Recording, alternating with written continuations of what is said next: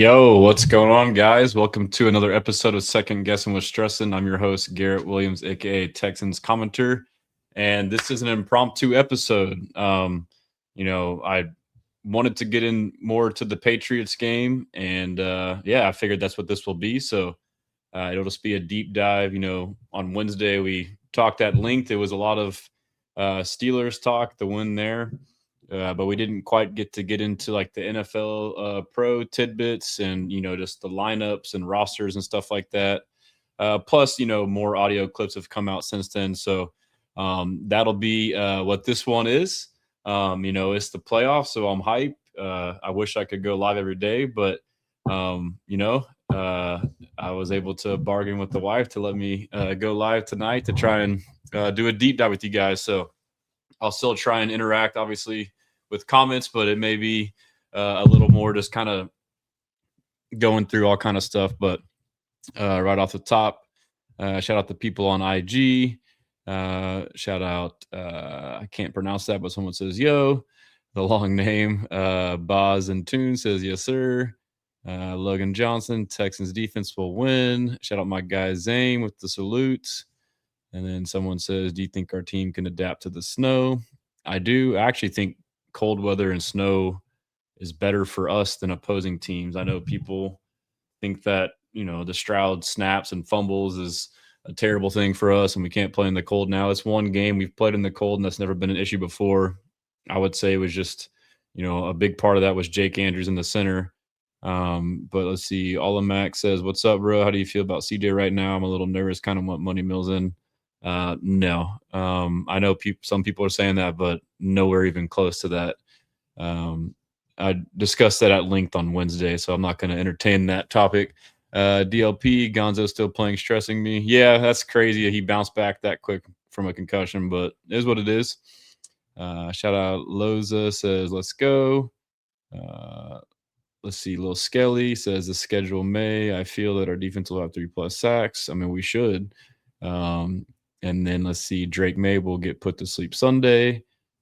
Ellis is my first name. Will Nico be available AFC Championship game? I don't know. He looked like he had 2 concussions in that game. I would hope so. Shout out Patriot Focus. We were trying to get together today. Didn't work out. He says, let's do a crossover tomorrow. Yeah, I gave you my number. Shoot me a text. I mean, if it's at night, I can probably do it. Obviously the games will be on, and I'll be busy most of the day. So, and then let's see. Filled Wolf says no Nico. I'm guessing Nico is out, so that happened today. So, that was the big news today. And let's see, you got more on IG. Christopher Manale, Texans Super Bowl. Kanan Mead says feeling a crazy game from Lassiter. Yep. And let's see, Lassiter's that dude, man. Shout out my guy BG. He says, is it Sunday yet? Damn it. I will say, last week was like, you had the Colts game, which was like whatever, and then we had to wait till Monday to play. And so it was like way too long. And now it's like, I feel like this is a perfect time. Now you're coming off Monday as far as like a fan and like content creation and consuming stuff, and then you had the fallout from the game. For me, in my perspective, it's too quick because I'm spamming the heck out of you guys with content, but like normally I have more time to kind of get all my stuff out. I like to, do everything. And then they dropped 2 mic'd up. You had the D'Amico Ryans mic'd up and then the Jalen Petrie mic'd up. I'm like, bro, like I'm freaking out. I got all this good content I want to share, like clips of stuff. And then, obviously like to analyze our press conferences as well as theirs. And I'm just like been trying to catch up and then been kind of busy this week with other stuff, obviously. But yeah, so Dot says, what's up, brother? What's good? JJ Sugar, good timing. Needed something on. Yes, sir. I got you, fam. Brandon Halam, Pats fans, why did you give up yards to the Raiders? Brandon, Texans fans, why did you lose to the Raiders? Yeah, there's a lot of Twitters, measuring contests back and forth. Should be a good game. End of the day, it is what it is. It's just how we do as fans on both sides. Mr. Optimistic, my guy, salute. Let's see.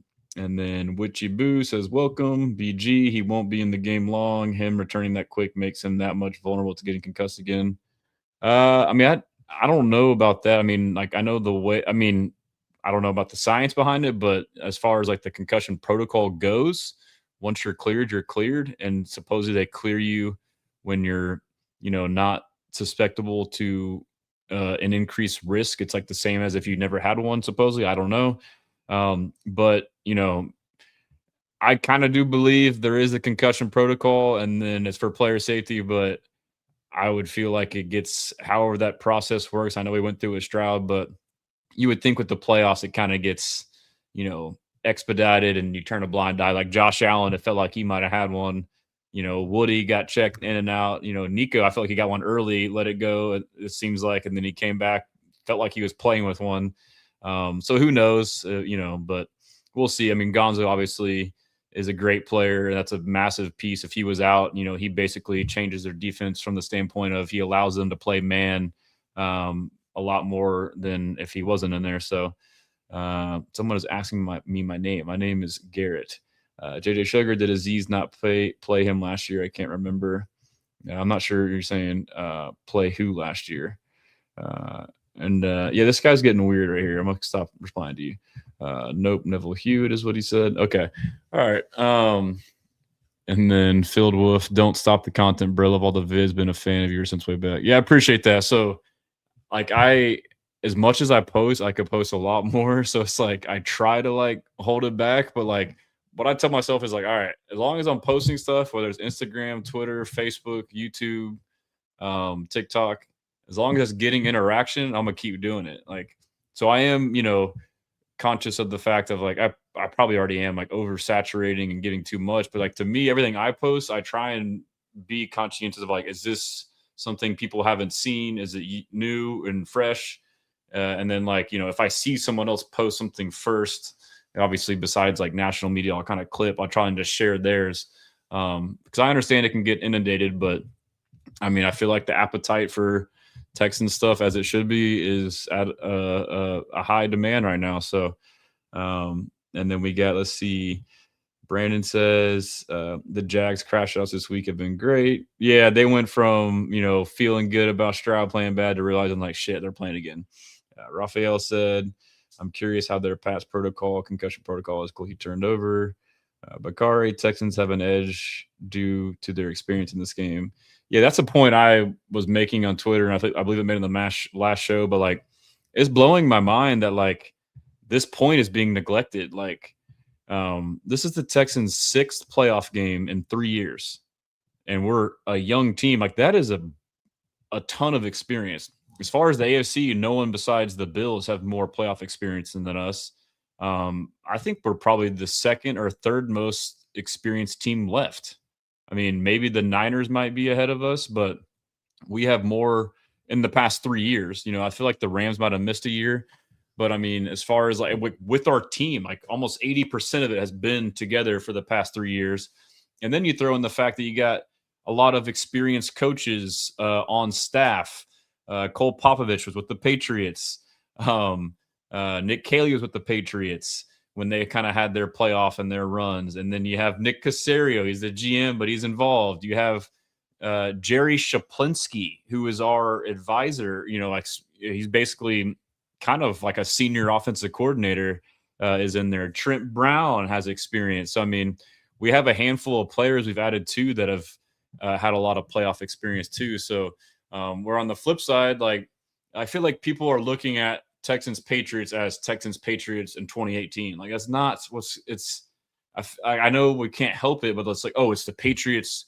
The Patriots are beasts in the playoffs, and yes, they've been a great team all year, and they beat the Chargers. But like, it just feels like it's being projected, like and the Texans have never made it to the divisional round, which is true, but that has no bearing on this game, this team, this year, this iteration. So I can't help but feel like on both sides, it's like people are thinking this is the Patriots of old, and like just because your brain is used to it, like they're dominant. And then the Texans are the Texans of old, the playoffs, and it's the Bill O'Brien, and they barely get in, barely win the division, and beat a bad team, and then lose in the next round. And then they're comparing the last 2 years, which were better than those years, obviously. But we played Lamar and Patrick Mahomes, bro. Like, yes, Drake May is MVP candidate, but like, dude, he's only played X amount of games. Like, and yes, he won his first playoff game, but like, if you watch the game, dude, like Stroud's getting all this flack and heat. Like, he played the same game. He played the same game, and it's not even getting talked about. And that's against the Chargers defense. Like, you're about to play the Texans defense. And I guess you can make the case potentially about Steelers versus Patriots even, but the difference between the Steelers defense and Patriots defense is much more narrow than the Chargers defense and the Texans defense. So just a lot there on that. But yeah, so I'll kind of get into, I don't know how long I'll go today, maybe an hour. Someone asked me if I've ever been on the hub. Love the hub, dude. He's talking about Grubhub, I believe, is what he's talking about. It's pretty funny. And then JJ Sugar, got to check out the arenas predictions for this game. Gonna have to update that to lead post where he was big time hating saying we popped. Okay, yeah, I will definitely check that out. Some of our biggest haters. So Peyton, two things, screw Kyle Tucker. Yep. MLB is ridiculous. Dodgers have no souls. And he says, two, I'm more nervous for this week than I was last week. I oddly am the same, if not slightly less. And that's not, I mean, I think it'll be a good, close game, but a lot of stuff I just mentioned as far as playoff experience and stuff like that. So kind of goes into that. Yes, CJ is from Rancho Cucamonga. Steve Pinson on Facebook. We love your content. You always highlight things that fans and haters miss. LOL. I always feel smart when I share your videos, and I've learned so much about ball. LOL. I appreciate that, Steve. That means a lot. So, I did play football in college. I didn't, rack up the stats, but so I know the game. I'm still around it in different capacities. And, obviously I spend a lot of time looking, I think, knowing the X's and O's, but then also, I think you can get a lot from dissecting interviews. I've watched every second of every interview of every Texans player for like my whole life, but as far as this iteration of the Texans, you pick up on a lot, dude. Nosh says, salute, my guy. And Boston's very own says, Pat's going to smoke y'all. All right, cool, man. And let's see. Brandon says, Texans remember the Chiefs game in the divisional round and want to win it. And instead of facing the Chiefs for revenge, they're facing a softer Patriots team. Yeah, and we're like the same team pretty much. And then the guy that just chirped kind of backpedals slightly. He says, y'all are a good team, though, but Pat's going to go crazy. All right, okay, we'll see, buddy. Eddie Paulson, I heard it's going to snow. Yep. Mr. Optimistic, been struggling to find my nervous optimism this week. I had more nerves about the Steelers game due to some reason. I'm sure the anxiety will hit Sunday. Yeah, that's kind of where I'm at, honestly. But, I think I got overly anxious for the Steelers game because we sat and watched every game, and we watched all these teams that we thought should be blowing teams out, have close games.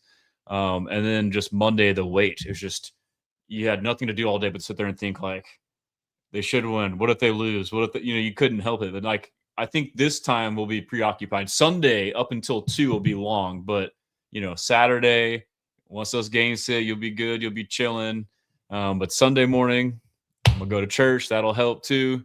I kind of like the 2 p.m. start, but we'll see how it goes. So, and let's see. I'll kind of get to a couple more comments. I enjoy the interaction. I appreciate all you guys. As always, follow me at Texans Commenter or at Houston Stressans on all platforms. Website, HoustonStressans.com. Got merch, obviously. Wearing the Anderson the Terminator tee right now. Got my Houston versus everybody hat on. My flag's up on the store now too. But I got a newsletter. I've been not sending newsletters. I got quite a few people subscribe to it, but free newsletter. Feel free to subscribe. Haven't been writing articles for a while. It's just, I love doing it, but it's just so time consuming. And I feel like people love the content, videos, and stuff like that more than, deep dive articles. But who knows, maybe I'll find a way to write one before this game. But I like to do like the analysis before the game, like giving my thoughts and sharing clips to support it. But I just been doing like long form tweets the day of to kind of, and I kind of do it for me and my ego, honestly, because I want to act like I know ball. Hey, I think it's going to happen. Oh, Seep told you guys, selfishly, that's probably the biggest reason why I do it. But Henry Jack, if Texans win the Super Bowl for the first time, I will definitely be excited. I sure hope you would, Henry, because I'm going to be super excited. And that's what you're seeing now, too, like the awareness of the, players and coaches of what this means to the city. A lot of these guys have grown close to the city. Shout out Bug on IG, BLESSAN. Well, yeah, so you're seeing that they know the weight of this. Not only obviously they want to go all the way, but like even just getting to the AFC Championship is a big deal, and they're aware of it. And I can see, as someone who's very in tune with the fan base, like things are ratcheting up. Like it's one game we've won in the playoffs, but you can see like after that game, it's like, whew. And like a lot of people that I've seen, I talk to everybody. If you're, we all fan different, but you can kind of see some of the people that are like negative and have a hard time trusting the Texans and be like, oh, I'm a believer now. And so, and then on the other part of that too, just out in public, doing errands or whatever and wearing stuff and people talking, it's like you feel like there's more buzz and people that might not really be crazy fans like most of us kind of getting into it. So like that's what I love, because everything that I do as like a Texans content creator is if I had like a mission statement, my mission statement is to make it easier to be a Texans fan. And like, I think we have a great team. I love football. And now, especially with D'Amico and like CJ and Will and Aziz and every guy in this team, like Jalen Petrie, Bullock, like everybody, they're all just great guys too. It's like, so that's something I gathered too, watching all these things. Like, I feel like I know these people because I got a good read on their personality and watched all these things. But I mean, it's just a special team, like regardless of how things go. And so I feel like they're owed that. They obviously have to earn it, but and Houston deserves this, man. And so I know a lot of people are still, emotionally hedging. You don't want to, every time they feel like they, get in, they get burned.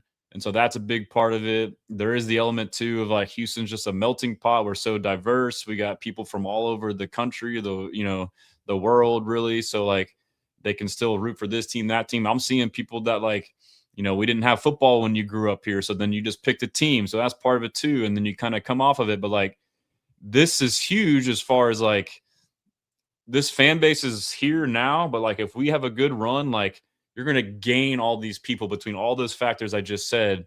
And they deserve it. We deserve it. The city of Houston deserves it. And that's kind of why we see like in the media, we're always feeling slighted, is because we don't have as much following and love and respect. And so I'm saying like a whole bunch here, but like that is what they're playing for. Like that's what the players are playing for. And they're aware of that. Like they're playing for us and for all that stuff I just said, for us having our moment and getting the respect and getting to enjoy. Like we deserve this stuff. But yeah, so it's dope, man. Hopefully they continue, but yeah, May is gonna suck, says Maserati. I don't feel suck, but it'll be tough. Not to none. I'm not sure how to pronounce it. Hopefully, Ben McDaniel's got our guys sharp without Nico. Ben McDaniel's is Josh McDaniel's brother. Did you guys know that? A lot of ties too. So Casario, Shaplinsky, Cole Popovich, Ben McDaniel's, all were in New England. Who else you got off the top of my head? We got Trent Brown, City Sal, if he's still on the roster. Who are some other Patriots on our team? There's plenty of Patriots on our team, the whole Patriot South thing, obviously Casario. And then over on their end, Vrabel used to coach for the Texans. He used to coach for the Titans. We used to go against him. Him and D'Amico, both not only former players, but former linebackers. And very similar with like their aggressive mindset, but different in their leadership styles. D'Amico is more, even keel. Vrabel's more in your face. And they're both successful in how they do things. And so, yeah, I appreciate all the comments. Ray Anthony, Delon on Facebook, let them know. What else we got? Let's see. JJ says Pat's getting this work and they just don't know it yet. Rich Boy J says I found it so hard to be productive this week. Yeah, dude, it's going to be like this all the way. And then someone mentioned the Rockets game too. Like, I love the Rockets. I love basketball. I love the Astros. I love baseball. But like, I'm locked the hell in on football, bro. Like, I haven't watched any Rockets because I'm just looking at Texan stuff, grinding content, like researching the opponent. Like, I'm sorry, dude. It's football season. Like, I'll get to the Rockets later. I'm sorry, Rockets. Hopefully it's later rather than sooner, but like I haven't even been tapping in. And it's kind of been nice to see them lose. I'm like, whatever, dude. Like, we're good. I got the Texans right now. I'm laser focused on football. But yeah, so let's see. Texan Swarm. Was there a single season second last game where you thought they would lose? No, I didn't think they would ever lose that game. Abdul Afghani, nervous, but team looks real locked in. Yeah, I mean they're confident. So that's a good point too. Watching these pressers, like I mean, that goes back to my point about experience. Like this is the third year in a row this same team has been here, dude. Like now it's like they know what it takes, from not having done it. Like so, it's not like. Whereas if you're the Patriots, they're like us in the first year. Like you're just happy to be here. I mean, obviously they're going to play hard, but like you don't know it in the moment. But like it's just different the experience, dude, and no one's talking about it. So, but yeah, comments are popping off. I'm sorry I can't get to all of them. I will. I appreciate all of them. You guys are the best, man. There's a whole bunch. Tay, I've got faith in this team. Like many other fans, are blind to the fact the offense is weak and we never know what we're going to get. Someone says 10-sack game. Joshua, it's amazing how people forget how Riley Leonard shredded the Texans in his first start and actually think drink. This is just rage bait. You don't even like. Okay, look at some context first and come back, buddy. Steve, CJ Legacy game uploading. I mean, it could be a good bounce back game. Shout out D Hammy, my guy, the Bears. My buddy's in here, Bears fan. They're in the playoffs too. So let's see. Barnhill says Patriots defense is average at best. Their offense is pretty good. Yeah. So let's dive into it. I mean, we'll kind of go through like we normally do, and I can show you guys, kind of how my brain works when I analyze matchups or whatever. It's just a kind of, I think we all kind of have our own little ways of doing things, but let's see here. Share screen, and I'm going to go. I normally just start with ESPN. I don't know why. I start on ESPN, and I go to the opposing team, and I look at their schedule. Who have they played? They're 14-3. And I try to like analyze, okay, like strength of schedule, like, how are they coming into the game, all that kind of stuff. So, but yeah, just like surface level, looking at it coming into the game.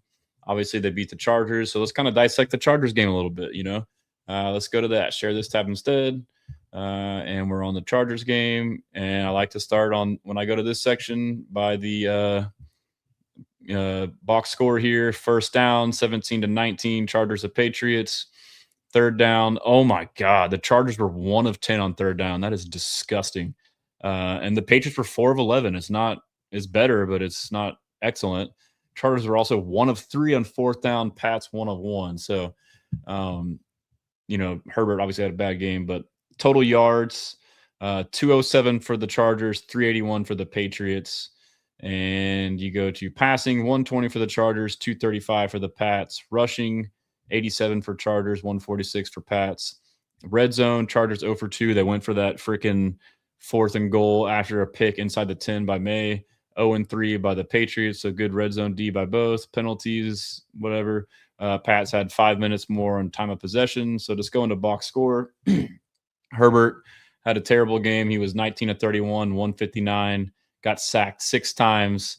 And, a lot of people are going to say he needed help. And if you watch the game, like 3 or 4 of those sacks were in garbage time. And plenty of the sacks, including some of the late ones, were on him. He just is going for the home run, not getting rid of the ball. Some of them weren't on him, but I mean, he definitely put a lot of that on himself. Had a 74.5 rating. Drake May, to me, had a very similar game as CJ Stroud did. Had some turnovers, bad plays, but still was effective passing the ball. But, he gets the good side highlighted and the bad side, downplayed. And on the flip side, CJ, bad side highlighted, good side negated. And I think the biggest factor in all of that is, one, for some reason, CJ Stroud is just a polarizing figure. I guess, his podcast media tour, maybe people don't like him because of that, and the Caleb Williams thing, maybe. But really, I think it just comes down to expectations. He's in year 3. He came out rookie of the year, and everyone, thinks, whatever.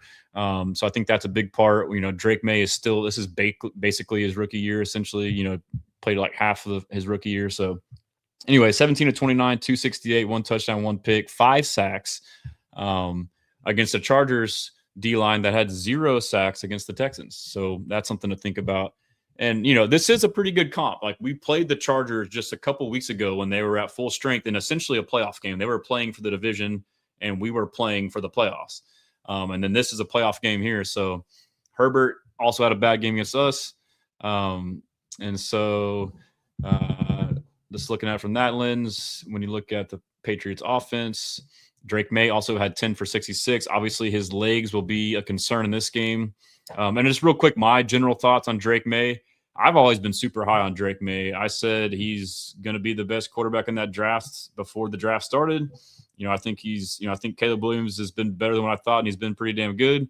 But I do think that Drake May is a better quarterback, in my opinion. Just, prototypical pocket passer, big, stand in the pocket, cerebral, read the defense, and has the mobility to go out. But I think he is also one of the best deep throwers of the ball outside the numbers, like the verticals that he throws some absolute strikes. So that'll be a concern for the Texans. I mean, we obviously have great man coverage and coverage on the outside as well. We're one of the best teams there, but you can't be caught sleeping because he can throw it right in a bucket. You can have pretty good coverage and still complete it. But obviously his legs too. Like, my immediate thought on that is, okay, that's a threat. That's been something that's killed us in the past, but this year's been pretty good. And then you look at quarterbacks that we've played this year with similar kind of skill sets: Josh Allen, Patrick Mahomes, Justin Herbert. Honestly, pretty good comp too. In that regard, big pocket passer who can scramble. We held all those guys in check rushing this year, and for all three of those games, for most of the game plan was to run cover one with the high safety, and then over the middle having a robber or a spy to keep the quarterback in check. And not every team can do that because they don't have the corners, Derek Stingley, Kamari Lassiter, or safeties, Kalen Bullock, and now Jalen Reed, to do that, or Jalen Petrie down in the nickel to do that as well either. So, and then you may get beat here and there, but you hope the pass rush gets home in time. And so another factor with containing the rush by Drake May is gap integrity, which is something we struggled in the past couple years, but this year's been really good. So, I mean, that just comes down to when you're rushing the quarterback with your front four up front with the cover one behind it, not getting overzealous and trying to be Superman and, do some crazy spin move and vacate your gap. Will and Daniil, they set the edge, they stay there. Sheldon, Tommy Togiai, they've been good. And Sheldon Rankins, that's where the chemistry with Will Anderson Jr. comes into play. They know how each other rush. So, if Will decides to do some move here, Sheldon knows it. So he knows to replace him and to get his gap and vice versa. So that's a big factor there too. And honestly, you want him to run the ball and you want to limit those runs, because if that's the only offense you're going to get, I'm not saying that's what's going to happen, but that's what happened with Josh Allen. And Josh too, he would scramble, want to start to run, see Aziz right there spying him, and then freak out and then run around. And so I don't know if Drake May is quite as, Josh Allen in the sense that he tries to be Superman. I don't think he is, but Josh Allen looked bad. Like, he was just running around and guys couldn't. Normally he does that and extends the play, and guys get open, but he was running around backwards and it made him look bad. So, yeah, I mean, that'll be the game plan, I think. But what's funny too is, like, you talk about the Texans defense and how good they are and how crazy it is, how good they are, basically about, how they just line it up. They run quarters, cover four pretty much all the time. But when they play mobile quarterbacks like this, they just run cover one and they mix in other stuff, but like, blitz here and there on third downs, run some sim pressure. So, but basically it's been impressive how they just show you what they're going to do and do it. And if they do disguise, it's real subtle. It's nothing crazy. And so we're all thinking, okay, D'Amico's probably saving some for the playoffs. And so, I said in the Steelers game, people were like, oh, well, he'll probably start doing stuff in the Steelers game. And I was like, no, like, he shouldn't. This should be a vanilla game because of Rodgers. He'll kill you in man, blitz looks. So literally drop back in coverage and force him to hit the checkdowns, which is what we did because he wasn't mobile. But now I think this is a game where you run a lot of cover one looks with the spy, but then you probably see a lot of D'Amico Ryans, game plan as far as you got a young court, but Drake May is young, guys. Like, he's basically a year and a half in, if that, starting. And, he's only seen so many types of defenses and schemes. I think this is a game where we saw in the playoffs last year with the Chargers, D'Amico did a bunch of exotic stuff. And against other games against young quarterbacks, I think D'Amico Ryans brings out a bunch of exotic stuff, especially on third and longs, and runs, a bunch of simulated pressures, dropping edges, showing a blitz with the mic, dropping them, putting Will Anderson Jr. at spinner over center. I think this is the game where he empties the clip and puts and you don't overdo it, but he's probably got a bag of stuff that they can dip into. Maybe you try initially coming out vanilla and see if he can pick it apart, and then if he does, you lean on it. But I think this game he can really open it up. And then I suspect a lot of man, so that means that they would have to run a lot of picks and crossers and mesh routes and stuff like that.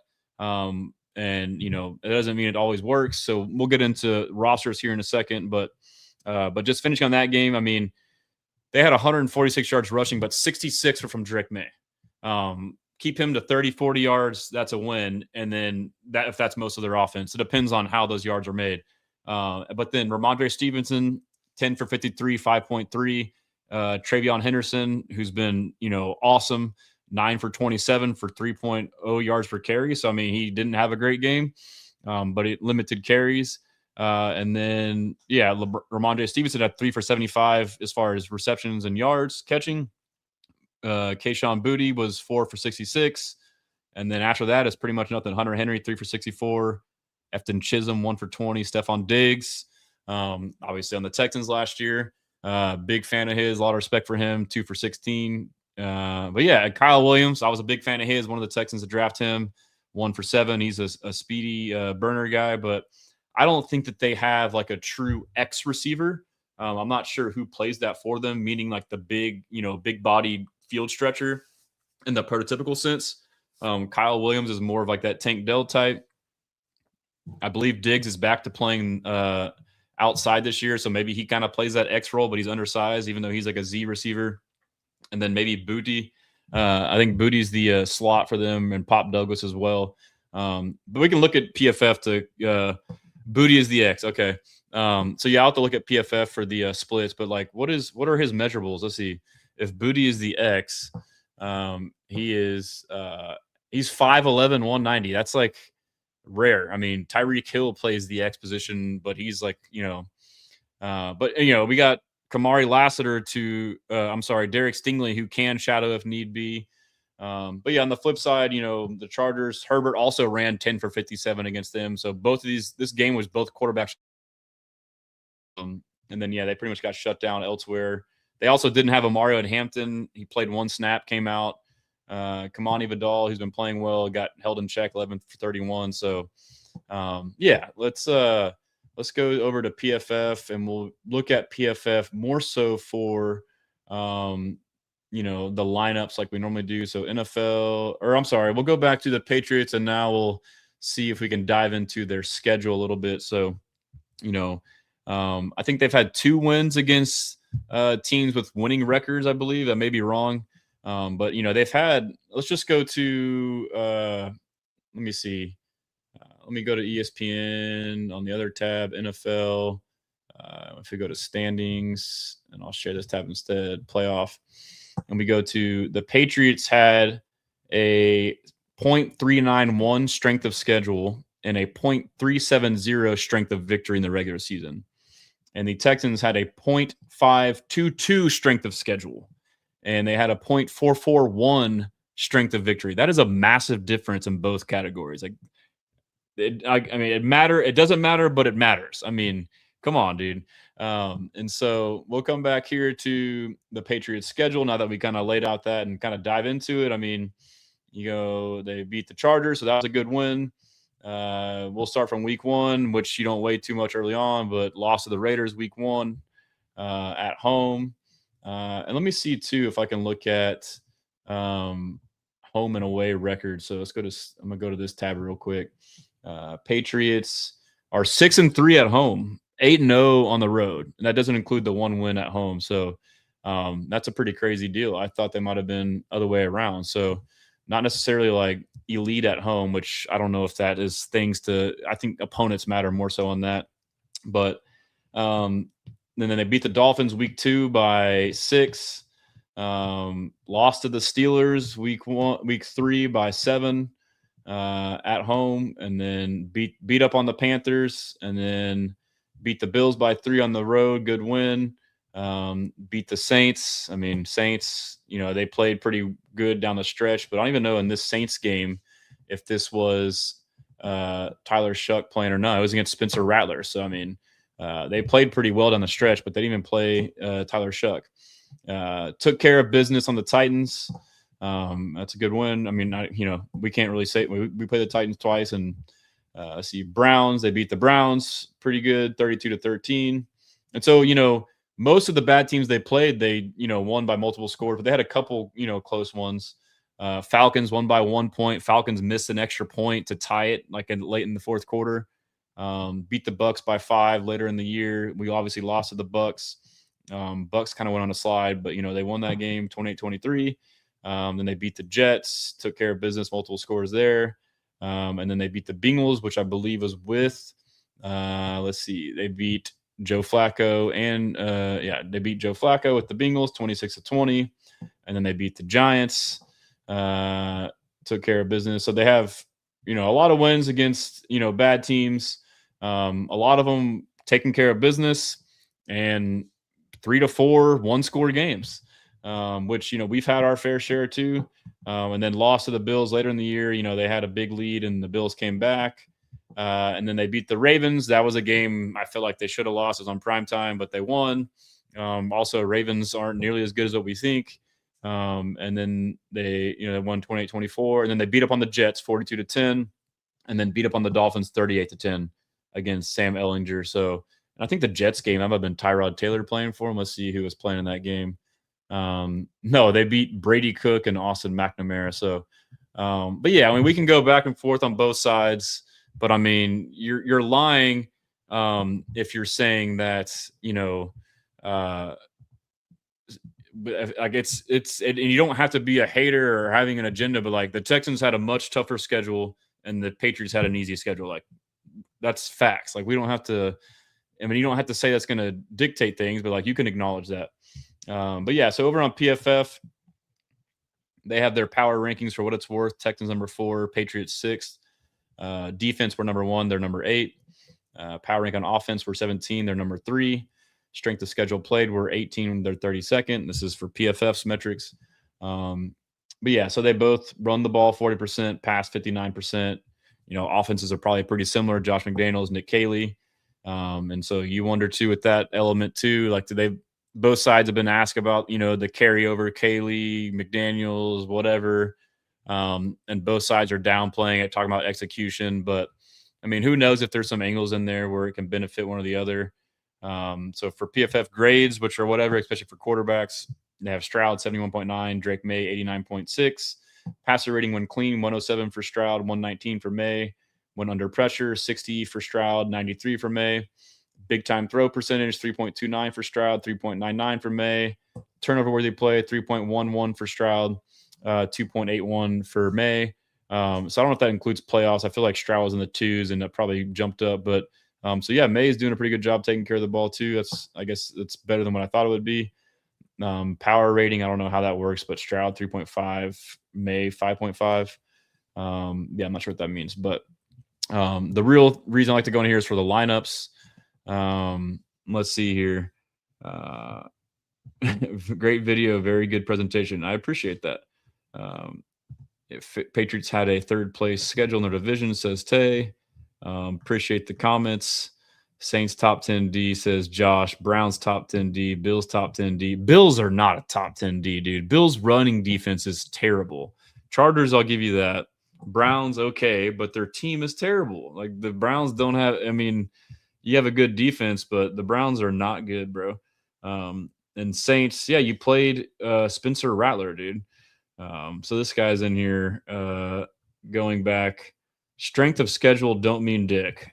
I mean, you sound very defensive. I got about 20 comments from this Patriots fan, acting like that doesn't matter. So the Bills got beat by Davis Mills. They got wrecked by him, dude. I mean, their run defense is fucking terrible. They're a terrible run defense goes a long way, and it depends on matchups. But anyways, we're looking at Patriots offense versus the Texans defense with 11 personnel. So it looks like, let's see, So they got Diggs as the X here. And I don't know if that's necessarily true, but Diggs, again, PFF grades, take him for how you want. They got him at 85.2. Drake May, 89.6 quarterback. Ramondre Stevenson is a starter, having a pretty good year according to PFF at 75.5. And then Hunter Henry at tight end, pretty good year at 76. And then over at the Z position would be Kayshon Boutte with a 71.4, so not bad. And then Pop Douglas in the slot, 76. And then obviously left tackle, the rookie Will Campbell having a pretty good year.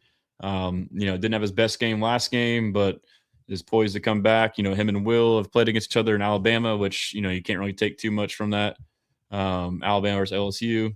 They got another rookie. So their left side of their line is 2 rookies, Jared Wilson, Georgia guard, who I kind of like coming out. But, as far as the grades go, 50.3, not the best. Their center, Garrett Bradbury. He is a 59, so not amazing, but not terrible, according to PFF. Mike Onwenu, I probably butchered that pronunciation. Playing pretty well according to the grade, 78. And then at right tackle, Morgan Moses. He is a veteran. He's been around since 2014, 74.3. So looking at that, let's change it to a different personnel. We'll go to 21 personnel with 2 running backs, which would be their fullback is Jack Westover. Not graded very well. And then that would be Diggs and Booty. And then Henry would be in there. And let's see if we go to 12 personnel, 2 tight ends. You're looking at Austin Hooper as the backup tight end would come in. And let me see if I can just go to the Patriots. Let me open this real quick. Go to their roster because obviously there's a lot of names on there that aren't starters that would get in. They got Tommy DeVito on their thing. That's hilarious. The Tommy DeVito, let's see here. Yeah, Sting at 69 is insane. That is true. And then let's see. Joshua Dobbs is there too. Jeremiah Webb. So Efton Chisholm is a guy that'll get in there. Let me just go to – maybe I should just go to NFL, and I'll go to premium stats, and we'll go to – let's look at the Patriots as far as their grades. Overall, for PFF grades for a team, they're 4th at 92.2 on the year. Texans are 5th at 90.5.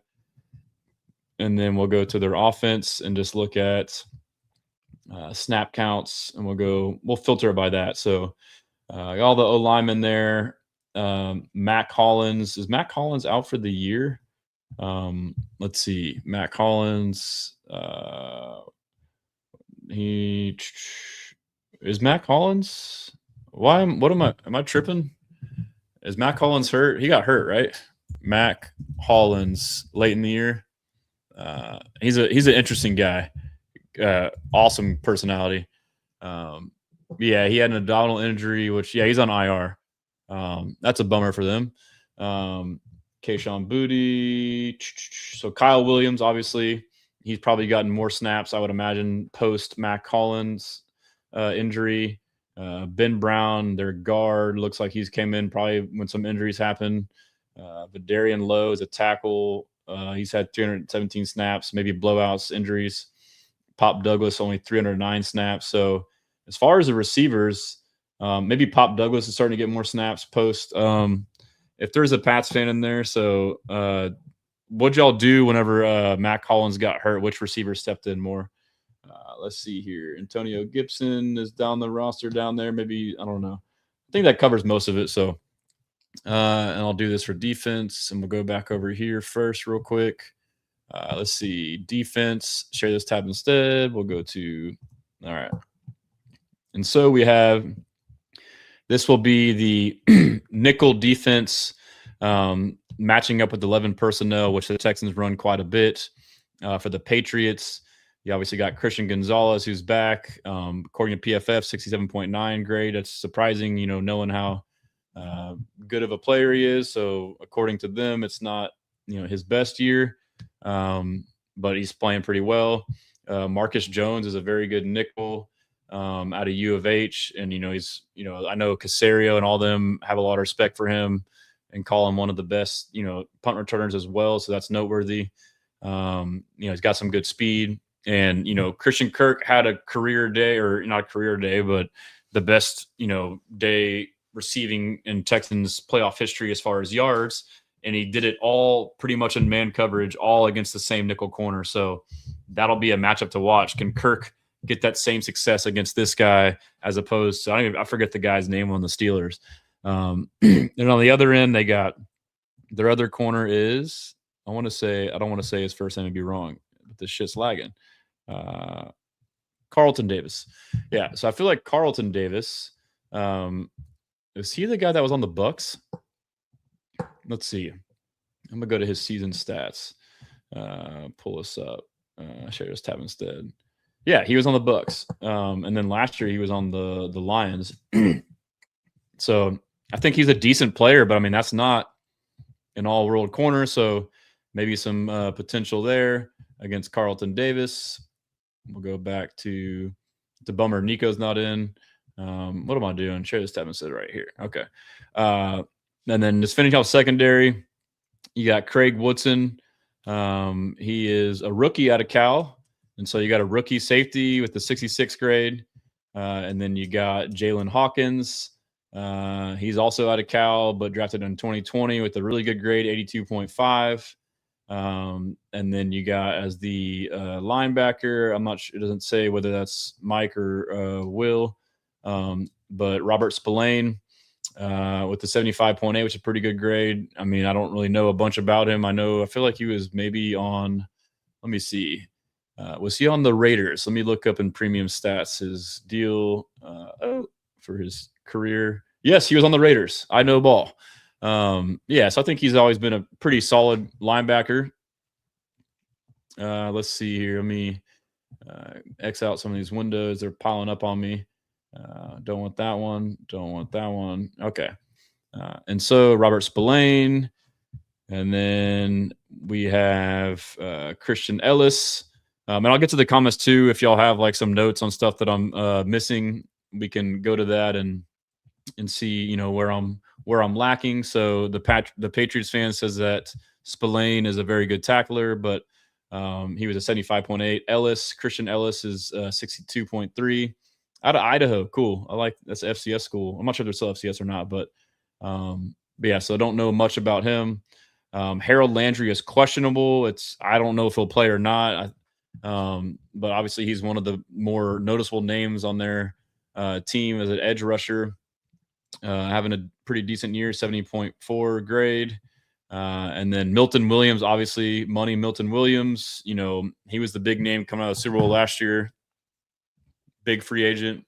He's going to be a force. But as far as PFF and their grades, again, not the end all be all. It's not always, matches up with what we see or whatever, but defensive grade 67, but the run defense, which is important to note, 50.9, pass rush grade 73. And so, maybe obviously he's a great pass rusher, but maybe there's some room there in the run game. Christian Barmore, big name, former second-round pick out of Alabama a couple years back. As far as the grading goes, 53. Run defense, 30.7. Pass rush, 69. Nice. And then on the other edge, they got Clavon. I've heard his name. I know the guy, but I'm going to mispronounce his name. Clavon Chason. Probably butchered that. 60. Run grade, 49. Pass grade 62. Let's look at the run grade for Landry. He is a run grade 61. So, I mean, as far as the grades for the run defense, and let's go to the linebackers. Spillane, run defense 87. Yep. So that checks out with the comment from the Patriots fan. And then Ellis, 60.3. So I got the last name right. All right. Appreciate that. Chase on. And then we'll go to base.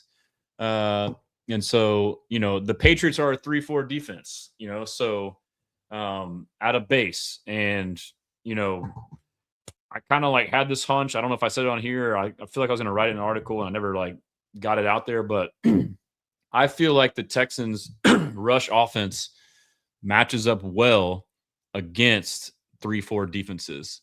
And because we are an inside running team, it's just the nature of it. Basically, a nose tackle, basically 3 tackles, and then 2 outside backer edge guys. I think it just matches up well with the way the front matches with duos and, our double team. We also like to run inside split zone, split duo. We've been running power, but we like to run in between the tackles. So, like, that to me, I like that off the rip. So, and let's see. Josh says the interior trio, Williams, Barmore, and Spillane, are the main reason we defend the run so well. Yeah. So, and then, but it looks like Durden is probably your big one tech that comes in 6'4", 305. Graded pretty well, 77, 60 run grade, 85 pass grade. And then, yeah. Okay. So, but yeah. And then let me go into Tonga is back. Yes, I saw that. I guess he's a pretty decent guy. So I guess we'll go over to the depth chart here and look at that again. On the defensive side, share this tab instead. We'll go to lineup. That's not going to be the best way to do it. We'll go to NFL premium stats.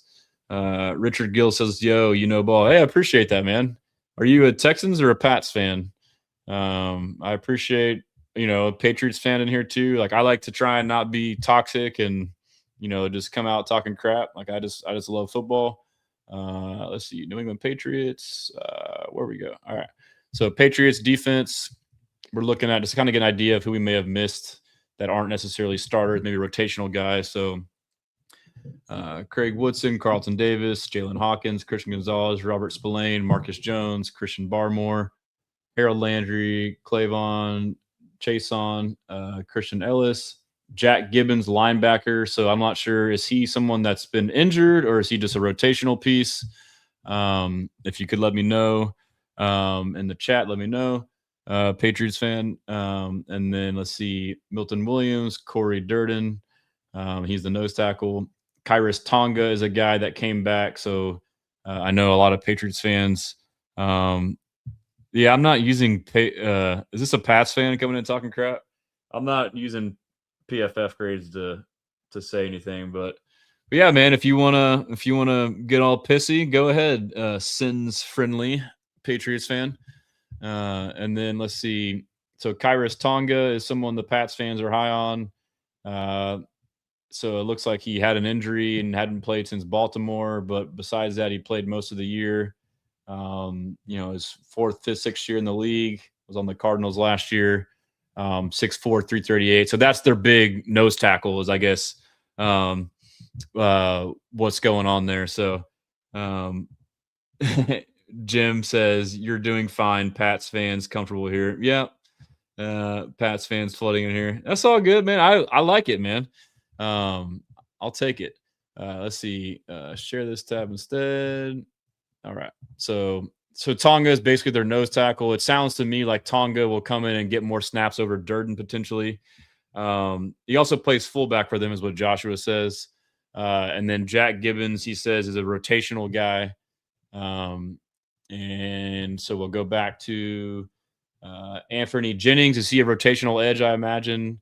And then Jelani Tavai might be another rotational backer, maybe depth, maybe off the team. Kyle Duggar, he's gone or hurt, right? So y'all have had some injuries yourselves. It looks like y'all have kind of adapted. Did y'all say, how y'all basically replaced their production at receiver? Whenever he said Ellis hits like a truck and flies around the field. He says 3 so far, but you can only play who's on the schedule. Got the name. Okay. And then did you talk about receiver as far as who has filled in for them? Oh, he's okay. He said Kyle Williams and then Efton Chisholm have been playing too, with Mac being out. So there's the answer on that. But yeah, so what should we do next? There's a lot of ways we can go with this. This is, a different show. I got a blank canvas here. We can do, if y'all have anything y'all want to look up, as far as like in-depth stats with PFF, as far as, you can do, you can look at, I'm not necessarily grades, but stats, time in pocket, all that stuff. Yeah, we'll come back to it. I think NFL Pro's got a lot for us to provide. So let's go to NFL Pro. And what I'm going to do first is I'm going to go to like overall generic stats, and kind of see where the Patriots and Texans are and see if it matches up with what I know about us and, about them. I've watched all their games because I watch every game in the NFL, but obviously not in much detail or reviewed it like the Texans. So, and then go into their insights and see if it kind of matches with what we can get from a bird's eye view. So if we go to next gen stats, we'll go to passing season leaders. And we'll go to yards. You got May is number 4 with 4,300, almost 4,400. And then Stroud at 19 with 3,000. Obviously missed 3 games. Touchdowns. May is number 3 with 31. 8 picks would be. Where's the picks at? We'll go back. Let's just finish touchdowns. So May's got 31 touchdowns, number 3 in the league. And then you got, where is CJ? He's down there at number 23 with 19. So, yeah, I mean, it's this stuff we know. Interceptions. Let's see here. Interceptions. Oh, my God. Gino, 17, 2 of 15. That's funny. Where's Drake May at? It should be low because he has low. Yeah, so, I mean, he's not throwing the ball. He's not throwing picks. He got the same amount of Stroud and 3 more games, assuming he played all 16. Yeah, he played 17 games. Yeah. So pretty good touchdown to interception ratio. His rating is up there as well. Number 1 in the league, 113. And then Stroud, number 17, 92.9. And then yards per attempt. Drake May, 8.9, number 1 in the league. And then Stroud, number 14 at 7.2. Completion percentage. You got May at 72%, again, number 1 in the league. And then you got CJ Stroud is at number 20 at 64.5%. Completion over expected. Drake May, number 1, 9.1. CJ Stroud, 17 at plus 0.8. Dropbacks. Okay. EPA, again, can be like an offensive deal, but I think that there is influence from the actual quarterback. Drake May, number 1, plus 151. Stroud, number 12 at 31.5. That boils down to EPA per dropback. Obviously, he's number 1, which would be plus 0.25. Stroud, plus 0.07. Time to throw. This is, you can, obviously it comes with context, but you would have CJ Stroud is at 2.82. And then Drake May is the 7th longest at 2.97. That's probably from him extending the play with his legs. It could be holding onto the ball a little bit. So you can't really just make a proclamation one way or the other. But as far as sacks go, Drake May has the 4th most sacks, 47. And then CJ Stroud is 23rd with 23. So, I think an element of that is the Josh Allen type deal where hold on to the ball, take shots, try and make big plays, but you also get sacked. So you're going to have your chances. In my opinion, that's kind of how it'll be. It's what I thought before looking at this. It's, he can hit a big play, but you can also get a sack. So, and then you saw that he had a couple of fumbles, lost one and recovered another. So just like Stroud did, lost some fumbles. But, you're going to have your chances to get to him. You got 2 rookies on the left side and Jared Wilson and Will Campbell. And I don't know if their center is, super elite either, but you're going to have your chances to get to him. And the key will be getting the ball when you do, because you can fumble the ball. I'd even look up fumbles. I guess it doesn't have it on here, but I guess that'll be an important stat. Let me go to ESPN real quick and see if I can pull that up. NFL stats, and we'll go to complete leaders for passing. I wonder if they'll put fumbles on here. Let's see. They don't got fumbles on there, but you know what? PFF will have fumbles. Let me just type in Drake May real quick. Drake May. Let's see. Drake May. Going to look at premium stats, and we'll go to offense. Come on, show me the fumbles. Passing. Let's see. Passing. Are fumbles on here? Here, let's see. Where are the fumbles at? They got pressure to sack ratio 21.5, scoring. Fumbles will be, I guess it's under rushing then. Rushing, let's see. How many fumbles has he had? Come on. After contact. Whatever. Who cares? They both got to protect the ball. So then quarterback pressure percentage, every site does it differently. This is NFL Pro Next Gen Stats. He's pressured at the sixth highest rate at 38.6%. CJ Stroud is pressured at the 18th highest rate at 32.6%. Yeah, that's pretty good on that end. So we can go to Next Gen Stats, and we can go to team offense. We'll go to yards per game. Patriots number 379. Texans are 18th, 327. And then we'll go to, let's go to EPA per play. Patriots are number 2, plus 0.11. Texans are number 19 at minus 0.05. Again, we talk about schedule, so that definitely is a factor in all this. You probably could go through filters of the last 6 games, last 4 games, all that stuff, but I'm not going to do all that. But EPA per pass, let's go to pass yards per game. Patriots number 4, 250. Texans number 14, which is surprising, 218. EPA per pass, Patriots number 1, plus 0.22. Texans number 13, minus 0.01. So, our passing is surprisingly better than most people think. Rush yards per game, Patriots 6, 128. Texans are number 22, 108. I believe the rush offense is trending, but that's where they're at. EPA per rush. And so EPA per rush, Patriots are 11th, minus 0.01. And let's see here. The Texans are 29th, minus 0.1. So, both offenses, whatchamacallit, pretty similar. McDaniels, Kaylee, they want to run the ball. The Patriots are running the ball pretty well. And that's definitely helping Drake May, setting up play action and whatnot. And now I would imagine too, staying in ambiguous downs on third down, not a lot of third and longs. You're able to rush the ball on early downs. And now you kind of open up the playbook. Texans, that's what they want to do. And when they do it, the offense looks good. When they don't, it looks bad. So, it's nothing new there, but similar philosophies. And let's see, next gen stats. We'll go to, and this is what I want to do. Or I guess we'll go to team defense. Let's do next gen stats. Team defense season leaders. It's 11 p.m. I'll go for a little bit longer. Obviously, the Texans, number 1, yards per game, 277.2. And the Patriots are number 8, 295.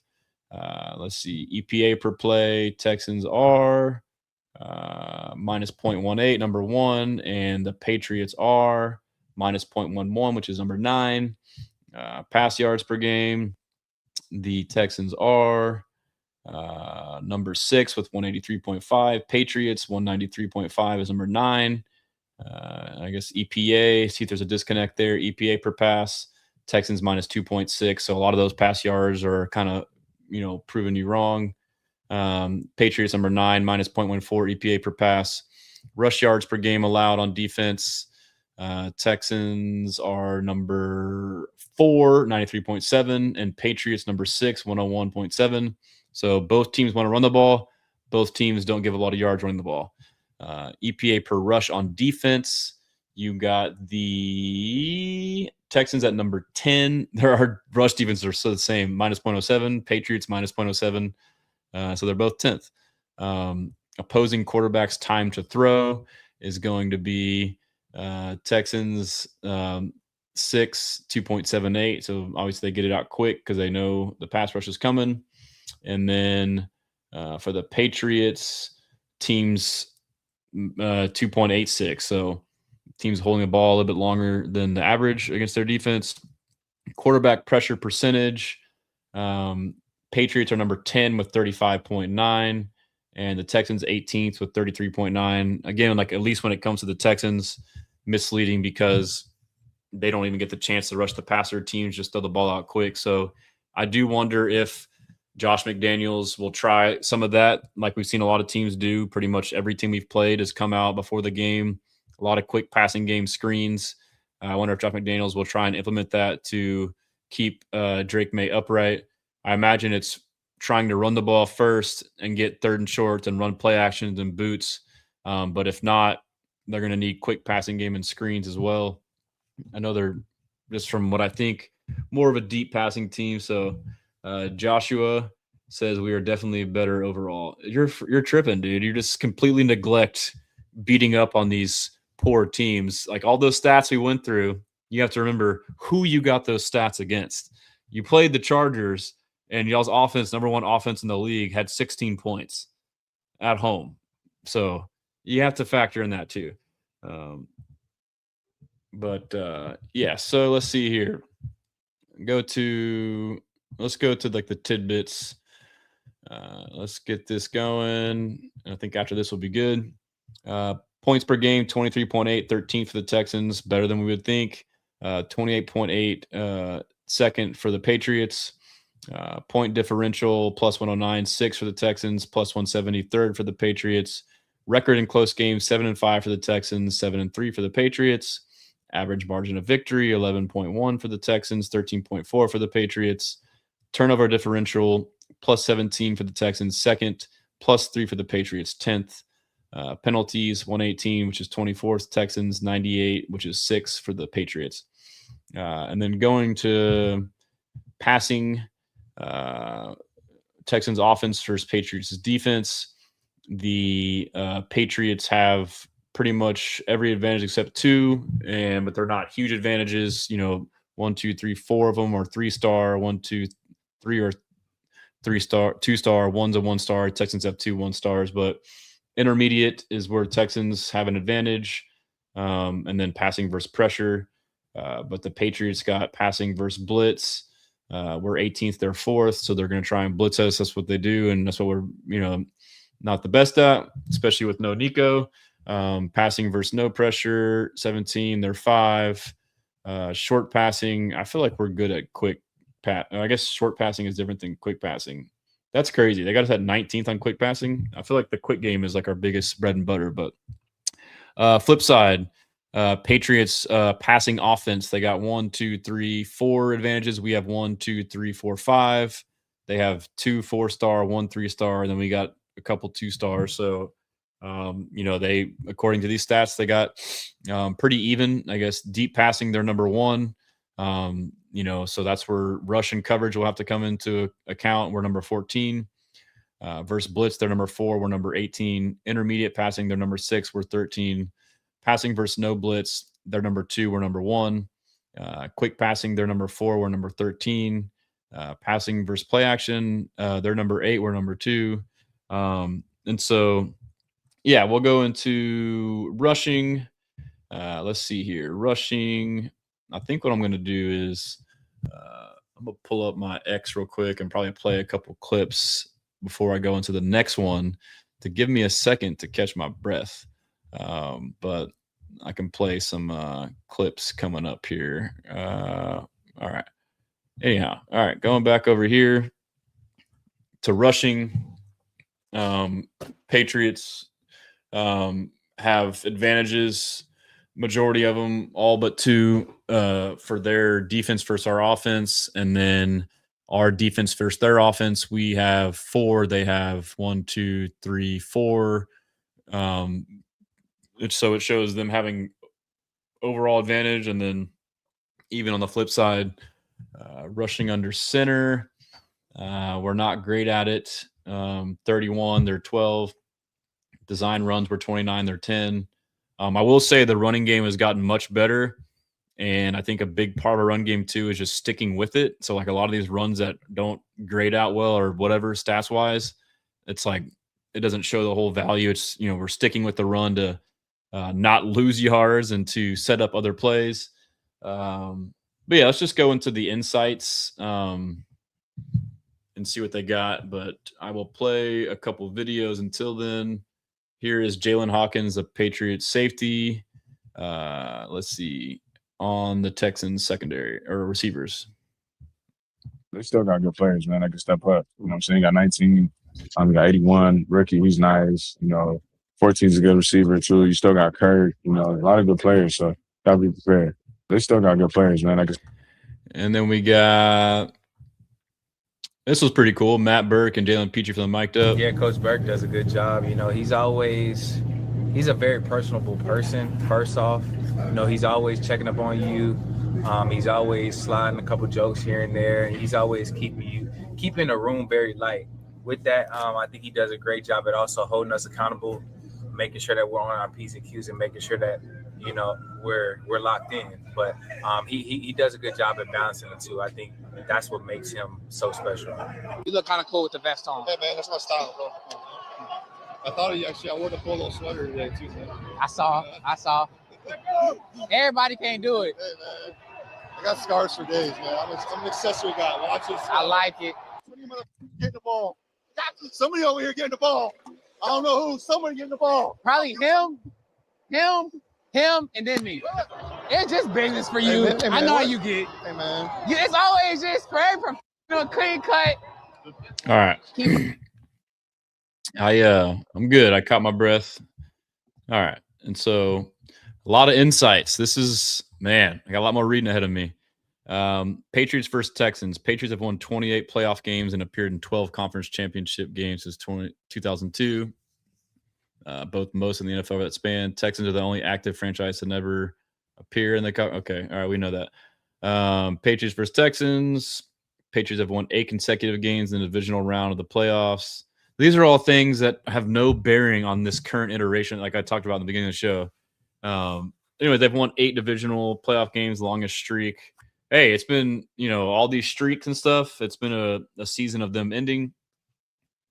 On the flip side, Texans have lost all 6 of theirs. So, 2 streaks got to end right there. Patriots are 24-5 all time at home in the playoffs, which is second best. And then Texans are 1-6. So again, trends and streaks. Stroud is the 5th quarterback all time to reach the divisional round of the playoffs in each of their first 3 seasons. Each of the other 4, Russell Wilson, Joe Flacco, Bernie Kosar, and Hall of Fame Dan Marino made at least one conference championship appearance in that span. Stroud and the Texans have yet to reach the AFC championship game. So that's pretty cool. Drake May will face the Texans' top-ranked total defense, allowing just 277 yards per game.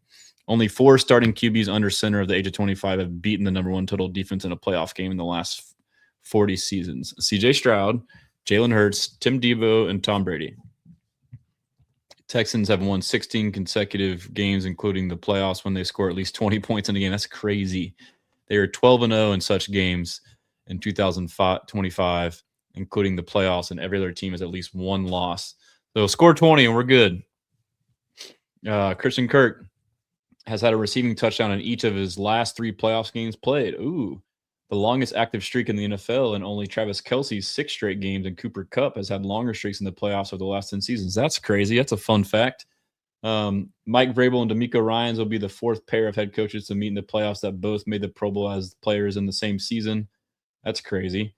It'll be the first matchup since Super Bowl XX between the Bears coach Hall of Fame Mike Ditka and Patriots Hall of Fame Raymond Berry. Ditka and Berry made the Pro Bowl together.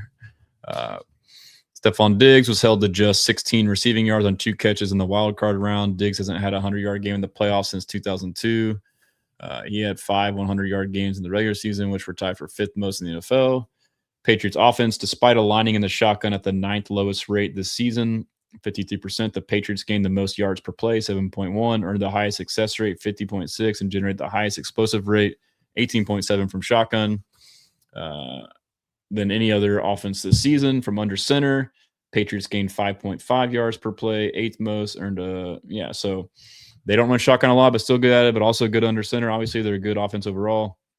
Patriots utilized 22 personnel on a season high of 35.9% of their offensive snaps in the wild card game. It's the Chargers, highest rate of any game this season. So 2 running back, 2 tight end. That's like they're, a little bit heavier. They ran the ball in 73%. So they're doing, and they averaged only 3 yards per carry and got just 2 first downs. So it's kind of like the Texans. Like, we're just going to we run jumbo. We're going to get up there and get bodies. I imagine their running back was their fullback, their second running back. And that's, I feel like both offenses are just going to try and grind it out, dude. Two defensive head coaches, prior to week 11, the Patriots had deployed jumbo personnel, 6+ alignment, just 5 total times. And then in their last 7 regular season games, Patriots used it on 17.4% of their snaps, 14th highest.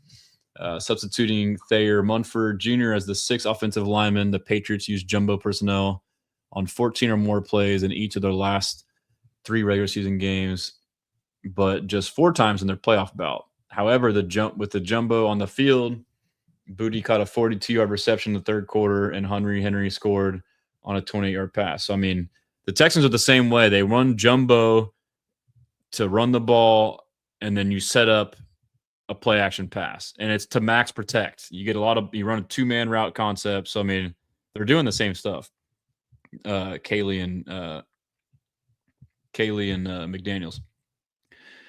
Patriots offense put 17 unique personnel groups on the field during the regular season, tied for 3rd most. And then Patriots had their most success out of 11 personnel this season, averaging 7 yards per play and a 50% success rate, both highest in the league. The other team used 11 personnel at the 9th lowest rate. Texans offense versus Patriots defense. Texans used jumbo package personnel on 18.2% of offensive snaps this season, the 2nd highest, and an outsized margin from their 1.1% usage the previous 2 seasons combined. Hello, Nick Cayley. Texans averaged 3.2 yards per carry out of the jumbo, the 4th fewest among 19 teams with 20+ jumbo carries. However, in their wild card game against the Steelers, the Texans used jumbo on 30%. Cayley literally said, "We ran smash mouth football," and I love it, dude. Do that shit again. And let's see, and they averaged 6.3 yards per carry, the 2nd most in the game this season. This season, the Patriots defense has allowed just 1.7 yards per carry against jumbo personnel, 3rd fewest in the league. So we'll see what happens there, but I like what we did, man. We put like Trent Brown over there, obviously, as your right tackle, and then you put Blake Fisher next to him and Cade Stover. And then I think we even had Dalton Schultz. I think we had like 4 guys right there. I like it, dude. Kalen Bullock allowed 44.7% completion percentage and coverage in the regular season, lowest among safeties and 4th lowest of any player targeted at least 40 times among the same group. Okay. Petrie allowed a 58.9% passer rating when targeted in the regular season, the lowest among slot corners, at least 25 targets. So, the lowest for safeties, lowest for a nickel, Jalen Petrie, all-pro snub. He totaled 4 interceptions along with 12 passes defense. In the wild card round, Petrie recorded 4 run stuffs for a loss or no gain, the most by any defensive back in a game this season, and tied for the 2nd most in the game over the last decade. Freaking dog, dude. I love Petrie. I try to tell y'all, man. Kamari, Lassiter, while the Texans typically oriented their cornerbacks to the left and right this season, Kamari is much more effective when aligned to the field side. He allowed a 42.4% completion percentage as the field side corner, 3rd lowest. And he had 3 of his 4 picks there. Stingley did not allow more than 45 yards in coverage in any game during the Texans' 9-game winning streak, including 3 games where he allowed 0 yards. During that span, Stingley was targeted just 8.7% of his coverage snaps and allowed 0.4 yards per coverage snap, both 3rd lowest among outside corners with 100 snaps. Stingley did not allow a reception in the wild card game either, facing 2 targets across 37 coverage snaps. Let's see here. Let me see where I'm at as far as Stingley may. Ooh, we got some ways to go. I should have vetted all these, man. Or if y'all like it, I don't know if this is good for y'all. I do have this on a podcast if you want to re-listen, obviously on YouTube, but I upload it to Apple and Spotify if you just want to listen to it throughout the day. Texans or Patriots fans, you just want to hear all the tidbits if you're just an audio kind of person. But gonna give myself another voice rest and start playing some videos for a second. But the ESPN NFL Live, man. Ooh, BLESSAN or Stressan, all 5. Mina, Clark, Hannah, who's from Houston, Dan, Marcus, all picked the Texans. That's crazy. I know on NFL Network, I think they all picked the Patriots. So it's going to be a good game, man. It's pretty much right down the middle. But here's Will the other day talking about the game. After practice, I was like, being in the second round is not good enough for this organization no more. Like when we were down, it's like, oh, we in the second. Now it's about getting over that hump. But I think this week the preparation. Ah, shit, my headphone Been died. great. Everybody's been locked in. Everybody knows the focus and the mission that we're trying to accomplish. So we've had a great week of practice, man, and I can't wait to get to Sunday. Good morning, talk. After practice, I was like, being in the second round is not good enough for this organization no more. Like when we were down, it's like, oh, we in the second. Now it's about getting over that hump. But I think this week the preparation has been great. Everybody's been locked in. Everybody knows the focus and the mission that we're trying to accomplish. So we've had a great week of practice, man, and I can't wait to get to Sunday. Good morning, talk. Yeah, so he talks about just sorry. He talks about obviously the importance, getting past that game. Let's see here. Christian Kirk got an interview with Rich Eisen, and he's not a great interview because he's kind of just so chill. Jalen Petrie mic'd up, dude. Ref! Back him up! He's scared as hell! Got Johnny with the jump off sides. A false start. Let's go, baby. Here we go. Watch this. Rodgers receiver screen, quick throw. Petrie has Austin. Come on, man! I told you I'm like that! I told you that boy! I'm that boy! Okay, boy. I told you! I know this one. I know this one. Here's a heavy rush up the middle, and here's a throw to the 15-yard line. And brought down by Petrie is the receiver, Austin. Hey, here we go. Here we go. It's Gainwell. They hand off to him. Starts right, cuts left, and Petrie comes over to bury him. He's under pressure by Daniil. Rodgers escapes to his right, and he throws it, and it's almost intercepted. Oh, my God. Come on, Aaron. This dude's a psycho, bro. Yeah.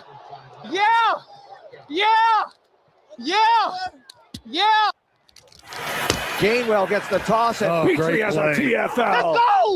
Let's go. I'm like that. Rodgers takes the snap, pocket collapsing. Airs it out to Gainwell, who's chopped down back at the 25-yard line. Hey, boy, you like that? You like that? You like that, boy? You know that. Let's go. Petrie's a hype man. Here's Aziz talking about Stephon Diggs. But he's always saying something. So I don't know how it's gonna be or whatever. I respect the game. I know how it is. And, I know that's just the type of player it is. Like I'll never forget playing Buffalo, and like we're going into halftime. I had just dropped back-to-back plays, dropped interceptions. And he looking at me, this man, no helmet, just headbutt. I'm like, I need that. He gets to a different play, and I'm the same way. So, I definitely I know the type of energy he's gonna bring. As former, he's always Diggs got that energy, man. This was a good answer via Aaron Wilson's video. Kamari on the defense, what he likes to see. On defense, I like seeing sacks. I like to see Henry and Z's get TFLs and then they get the crashing out. I love when Petrie shoot the gap. I like when Petrie get picks. I like when CD get picks. I like when Steen makes a tackle because he gets smiling. I like when Steen get picks. I like when I make the play. I like when I get picks. I like everything. along those lines. On defense. Same. What else we got? A couple more of these to give me a break, and I'll dive back into the NFL Pro stuff. D'Amico and the chain game guy. This is awesome. Good luck the rest of the way, Coach. Thank you, sir. Thank you. Thank you very much. How long you been doing this? It's not polite to ask. I'm sorry. 1975. 1970. What's your name? Top. Top, man. That's awesome. Appreciate the service, man, doing this. That's awesome. Hopefully you're still having fun with it. Yeah. Yeah. Great job, man. Good guy, D'Amico, dude. Awesome guy. Let's see what else we got. D'Amico talking about the short rests, coming off Monday night. When we got the 40-minute bus ride to the stadium, right? It's like, this is the one. So been there, done it, everybody. All the guys who were here last year, we went through the same thing with the travel. We're ready for it. And I tell the guys this, man. It doesn't matter. Like, people want to talk about a short week. Oh, you guys had the Monday night and it's not fair. If I tell you, can always go back. It's like, man, if I told you at training camp, hey, we were going to have to play a Monday night playoff game, you would win. And then you got a short week to go play New England. You want me to sign you up for that? Yeah. Yes, I'm ready to go. So, man, Yes. we're ready for the moment. Whatever it takes His to little voices are travel, hilarious. it can get a little weird. The weather, it doesn't matter. Like, sign me up for playing football in this time of year. Sure. We're still in it, one of the final 4 teams in the AFC. Our guys have worked extremely hard for this moment. We just got to go out and execute again and play good football. Well, we That's got awesome. And then this is via Mark Vandermeer and John Harris on the Texans YouTube.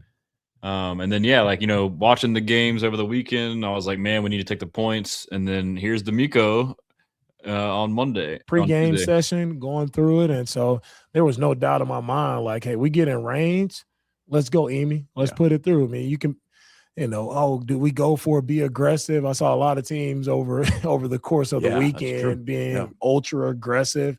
And for me, I was just saying, as I was watching those games, like, man, let's take if we get in striking distance and the third down doesn't go well, let's just take the points and let's just keep playing. Let's see what happens, but didn't want to come out being aggressive too early. Right. And Amy has done a great job all year. We had one of the best kickers in the league, and it's a guy that we can rely on, so we're going to use him. Coach, he gets flack for playing like this all year, but like the way he plays is the way we need in the playoffs. And then him watching the games and seeing that just like the rest of us, like, it's awesome, dude. Like, yes, this guy gets it, dude. I love it. We'll get a couple more clips and we'll get back over to those stats. So, so AFC offenses in the wild card round: Texans first in yards, first in first downs, first in third down efficiency, first in rushing yards, second in passing yards. That's from Jason Braddock. So people are calling the worst playoff game ever by Stroud. Hell no, it wasn't, dude. Like, that's just lazy analysis. And let's see here. This was Kamari on who would win in the Oklahoma drill on Good Morning Football between Mike Vrabel and D'Amico Ryans. Go. How's that thing ending? And they put a freaking Eagles jersey up there. He's a savage. He's a savage. That's it. Tell me more about Miko the Savage. What do you mean? I say one thing about Miko. He comes with energy every day. Like, he comes with the same energy every day. I saw a mic'd up of him like the other day, and just of him just watching us play and how much energy he has on the sideline, because, we're on the field, we can't really tell, but like just hearing him talk and like how energetic he is, I'm like, dang, that's the same way he is whenever he's in the meeting room telling us that, we need to get our stuff together. Whenever he holds us to a really high standard, on all levels, offense and defense. And he holds us up to that same standard, and that's something that we can all get behind. Kamari, little go. This was dope. I guess we'll pass that. Let's see what else is good. What else can we do? Scrolling down, seeing what's good, do a couple more. This was hilarious. Absolutely hilarious. Woody Marks, he's got a lot of pause-worthy moments, but here's all right, Woody, we know this is a team game. This is via Nard Knows TV, Nard_Knows TV on Instagram. And you went over 100 yards, touchdown. What does it mean for you and your offensive line to create such a spark in the last week's game? I say it means a lot to them. Just going out there and dominating the run game. That's what some guys want to do. They want to get physical, put some guys off the line, and just run the ball. And then they never get really credit for it all. But all credits to them, no credits to me. Guys just did their job. What did you see on that touchdown? How did that hole open up for you? Because it looked like you read it really well, had patience. To be honest, I run the score, but I seen two guys closing in, and I kind of just slid it between them. Pause. They're not gonna let you go for that one. I kind of slid in between them. That's crazy. Broke the tackle in between them, and just ended up in the end zone. And what are you seeing in film and preparation for the Patriots? It's a great team, great defense. They fly to the ball. They got great linebackers, great interior. It's just going to be a physical game. It's going to be a great game. Thank you, bro. Yeah, Woody's hilarious, man. But yeah, I mean, he's also selfless too. All credit to, the O-line. Here's some more from the Jalen Petrie mic'd up. It's Aaron Rodgers interactions. Rodgers going to say, you learned how to tackle this year. Okay. Good job. Good joke. First 44, here's Rodgers in the pocket. Pocket collapsing. He's sacked. Daniil, the ball is out. The Steelers recover. Hey, boy, you him. You all right? You good? Yeah, he's very good. Let's go, baby. Keep doing your thing, boy. I appreciate you, man. I appreciate you, bro. Roger's gonna say. And then this was before the pick six, Jalen Petrie. Will, why not another one? When you catch this pick, you gonna kneel or you gonna run? I'm running. I'm going down. I'm not. I'm going down. Steve caught. I'm going down. Hold on, 3. You catch a pick, you going down or you running? Down. Okay. We 3 for 4. I'm running. Okay. Hey, let's finish. Rodgers in the pocket. Rodgers swinging it downfield and Ball! picked up at the 50. Go, go, go, Bullock go, go, go. to his left, 40, 35, 30. Bullock, 20. Bullock upended at the sideline, maintains his balance, and runs for pay dirt. You that boy. You that boy. You that boy. You said it. You said it. You said it. You like that? Bro, thank God. We said we was going to thank God. You the one. You the one. You the one. He just said he was going to do it. Just said that. Dude, how can you not love this? Oh, my God. Bye-bye. He that boy. He that boy. CB. It's on. They heard you. He said he was going to run it back. You that boy. You that boy. You that boy. I'm like that. They're having a blast out there. We'll get back to the insights over here. Let's see. We stopped on. Where did we stop? Let me scroll up. I got to Bullock, Derek Stingley, May. Stingley was targeted on just 8.5% of his snaps in zone coverage this season, 6th lowest rate among 150 snaps in zone. He allowed 37.9% completion percentage when targeted in zone, lowest mark by any defender since 2018. That's crazy. Drake May finished with the league high 74.9% completion percentage when facing zone. So he did well against zone, and the wild card against the Chargers. May completed 16 of 22 with a touchdown and interception. Stingley is great in zone. So, yeah, we'll see what happens there. Texans defense, Drake May. During the Texans' 9-game win streak to close the season, they increased their man coverage usage to 31.8%, 10th highest after using man on 17.4% of their dropbacks. To me, again, that comes down to playing Allen, which maybe was earlier, but Mahomes, Herbert, like it came down to game plan. From weeks 10 through 18, they allowed 4.4 yards per play, and man, 5th fewest compared to 6.7 yards per play, 7th most weeks 1 through 9. However, in the wild card game, the Texans utilized man coverage on 18.4% of dropbacks. So they cut it down because of Rodgers, allowing minus 0.7 yards per play, and Rodgers was 1 of 6 on those. And Drake May's wild card performance, he also struggled against man coverage, completing just 1 of 7 pass attempts for 7 yards. So, I mean, my initial instinct of, hey, running man, cover 1 with the robber spy, like it seems like it should be the recipe. Tommy Togiai led the Texans with 38 run stops that forced unsuccessful plays this season, 10th most among defensive tackles. He recorded a run stop on 18.4% of these run defensive snaps, highest rate in the NFL. So, I mean, let's see. Wild card round, Togiai finished tied with the team high 5 run tackles, including 1 run stuff for a loss. In that game, the Steelers averaged 4.8 yards per rush with Togiai off the field compared to 3.1 yards on the field. So he's a massive run stopper. Will and Daniil combined for 153 pressures. Let's see what they said. Okay, they earned 52.4% of the Texans, 292 total snaps, and then no other duo this season produced more than Anderson had 8, Hunter had 7 combined for 15 pressures out of the Texans' 25 against the Steelers. Anderson versus Drake May. Anderson has generated 48 pressures on 3rd downs this season, most by any player in the last 8 seasons, equating to a league-high 27.7% pressure rate. That's crazy. 3rd down machine. So that's part of like the rotating defensive lineman. You keep him fresh for the money down, 3rd down, and he is very efficient, historically efficient. In the wild card round against the Steelers, Anderson generated 3 pressures and 0.5 sacks across his 3rd down pass rushes. Drake May was pressured on 4 of his 7 3rd down dropbacks against the Chargers, 3rd highest pressure rate faced on 3rd down all season. So Face a better defense. You're probably going to see more of it again.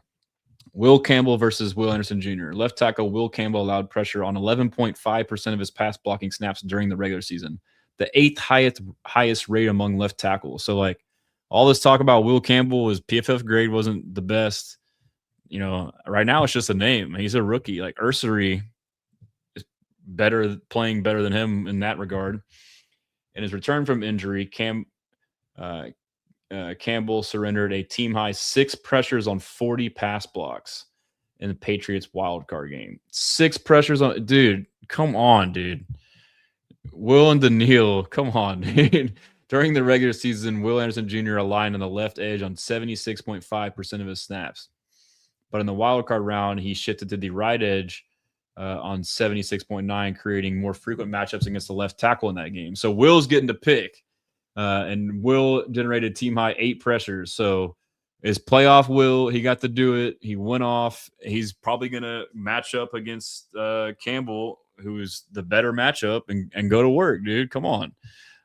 Micah Onwenu, Morgan Moses, the tackle and guard, returning right guard full-time this season. Mike, I'm not even going to say his name again. Onwenu, I'm messing it up. Allowed a 4.6% pressure rate, 3rd lowest.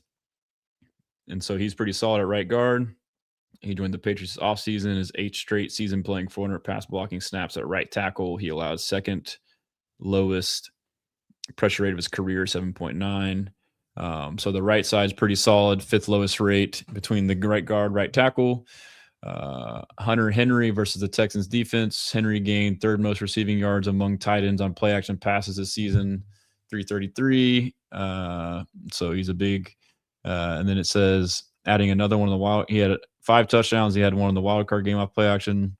Henry's 157.6 passer rating on play action targets ranks the 2nd most. So he's a big play action threat for him. Play action to Hunter Henry. That's probably because he blocks a lot.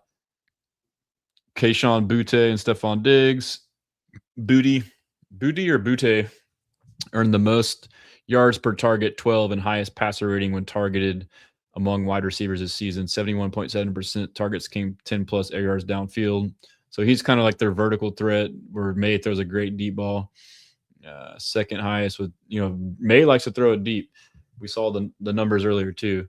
More on Diggs. He averaged a career low 8.5 air yards per target this season, with 32.4% of his targets coming at depth of 10-plus air yards, his lowest rate since 2018. However, he caught a higher percentage of passes thrown his way than any other receiver this season, 5% higher. Due to his catch rate, Diggs averaged 9.9 yards per target, the most since I just read a lot of that. It's getting late, and that's kind of giving me a headache on that one. Again, I should have vetted these and got the good ones, but hey, hopefully Brandon says, told y'all Diggs went to New England for booty. That's crazy. Let's see what else we got. Patriots offense since week 8, Ramondre Stevenson and Travion led the leagues in yards per carry and rushes between the tackles. So they've been running between the tackles and doing good at 6.4 and 6 yards. Okay, cool. Henderson average speed of 12.5 on his rush attempts in the regular season, good for 7th fastest. That indicates good blocking. Drake May completed a league high 72% of his passes, despite averaging 9.1 air yards per attempt during the regular season, the 4th most in the league. He was just the 2nd player in the next gen stats era. Now I'm just getting into a lot of whatever. Cool. Drake May generated 706 total yards when scrambling during the regular season, run plus.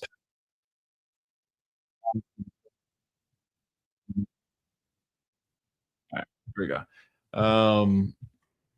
So he scrambles a lot, 423 rush yards.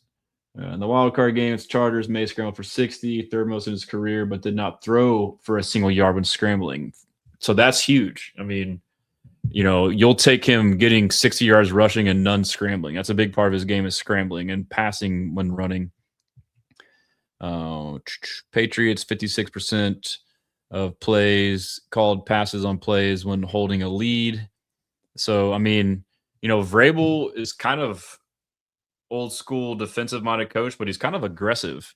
They pass a lot when up, which would not be smart if that were to happen in the playoffs, in my opinion. Drake May let's see. The Patriots' affinity for throwing at the lead continued in the wild card round as their called pass rate when ahead was 60%. So a lot of people like that. I wouldn't like that. May completed 11 of 14. So hopefully they're not in the lead to have that situation.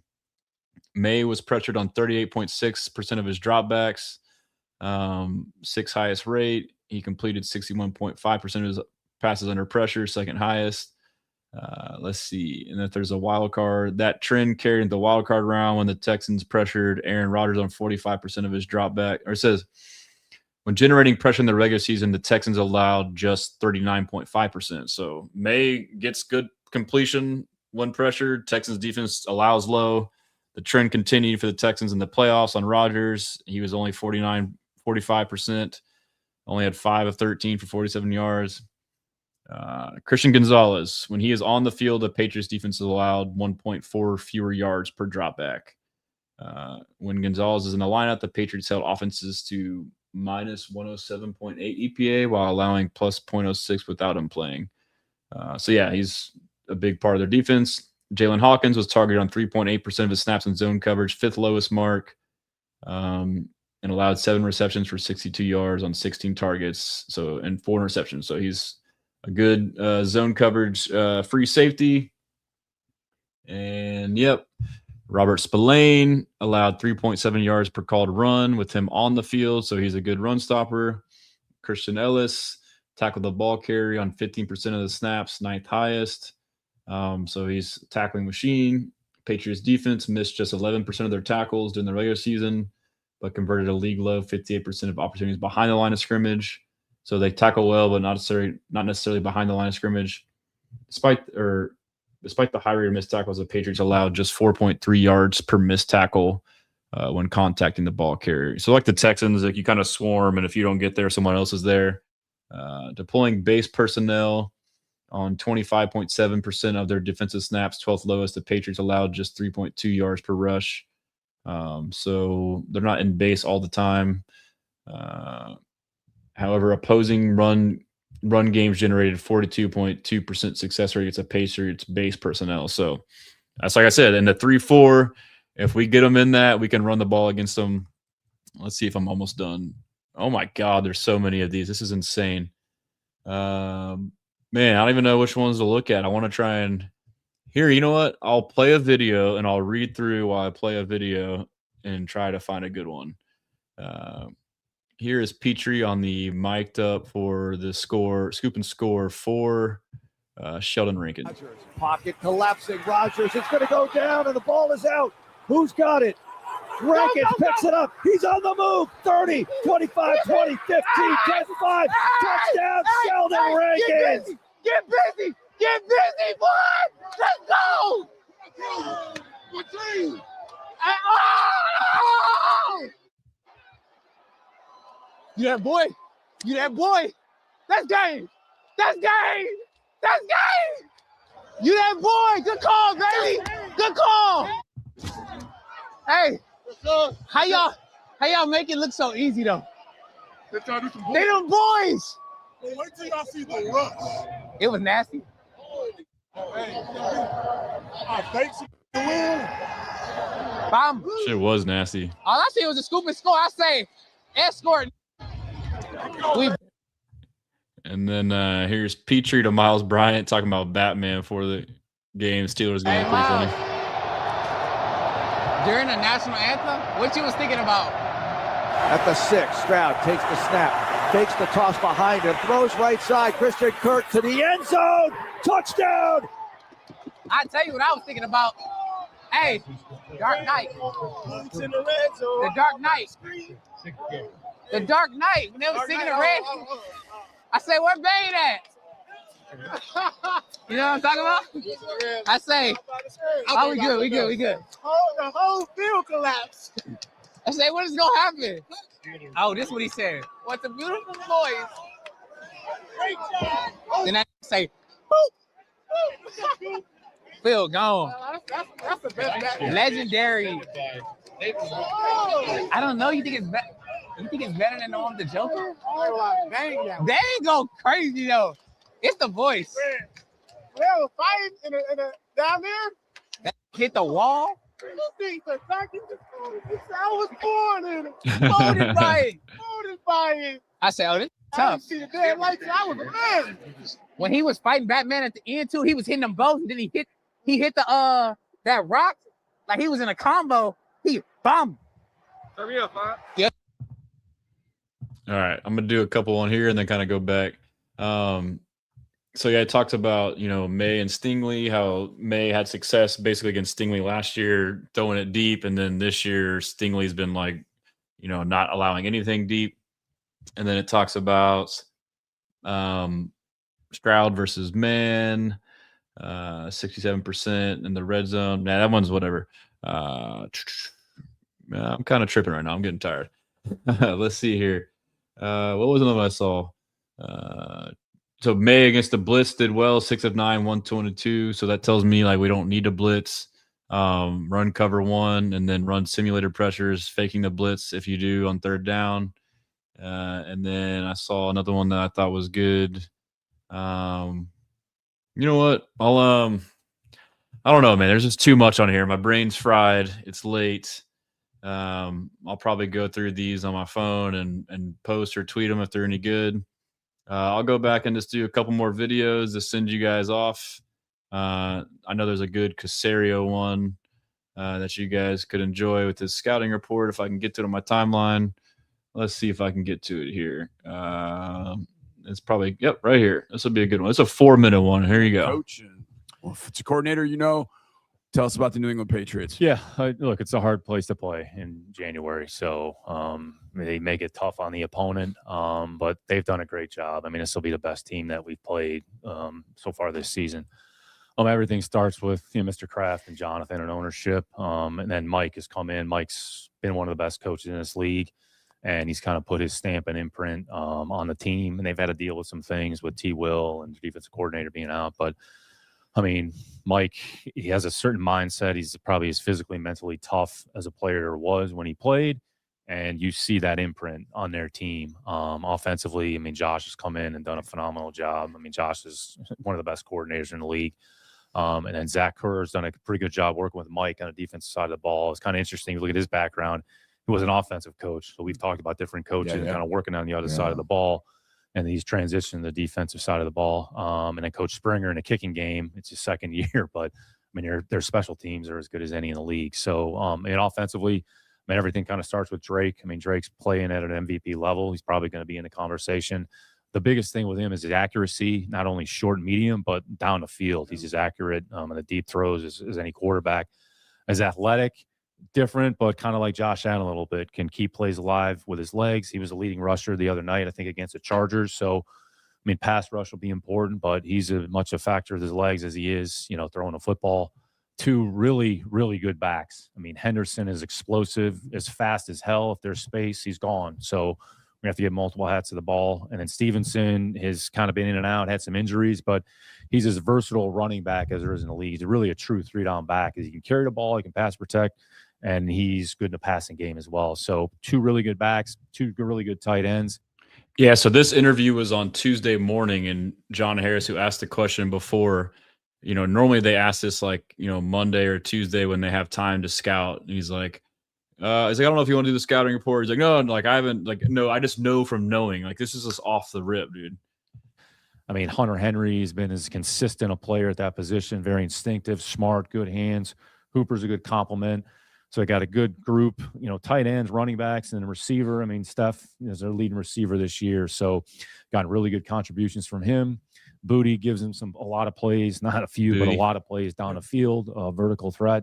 And then they kind of mix in Pop Douglas and, some of the other folks as well. So really good skill group. They kind of use all of them. Josh does a really good job of mixing the personnel. On the offensive line, the left side's 2 rookies. I mean, Will Campbell, they drafted 4th overall. Jared Wilson, who kind of played centers, kind of kicked over to guard.